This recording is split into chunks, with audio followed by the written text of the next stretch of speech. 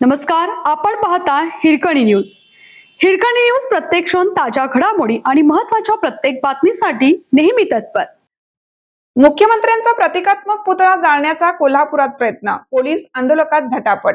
एकनाथ शिंदे शिवसेना आमदार संजय गायकवाड यांनी ज्येष्ठ विचारवंत कॉम्रेड गोविंद पानसरे लिखित शिवाजी कोण होता पुस्तकावरून प्रकाशक प्रशांत आंबी यांना धमकी शिवीगाळ प्रकरणी 5 दिवसानंतरही पोलिसांनी दखलपात्र गुन्हा दाखल केला नाही.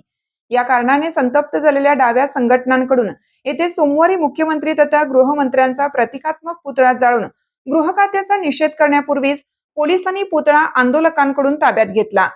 यातून आंदोलक पोलीस यांच्यात जोरदार झटापट झाली. या प्रकाराने संतापलेल्या आंदोलकांनी मंगळवारी बुलढाण्यात आमदार गायकवाड यांच्या घरावर मोर्चा काढण्याचा निर्धार केला.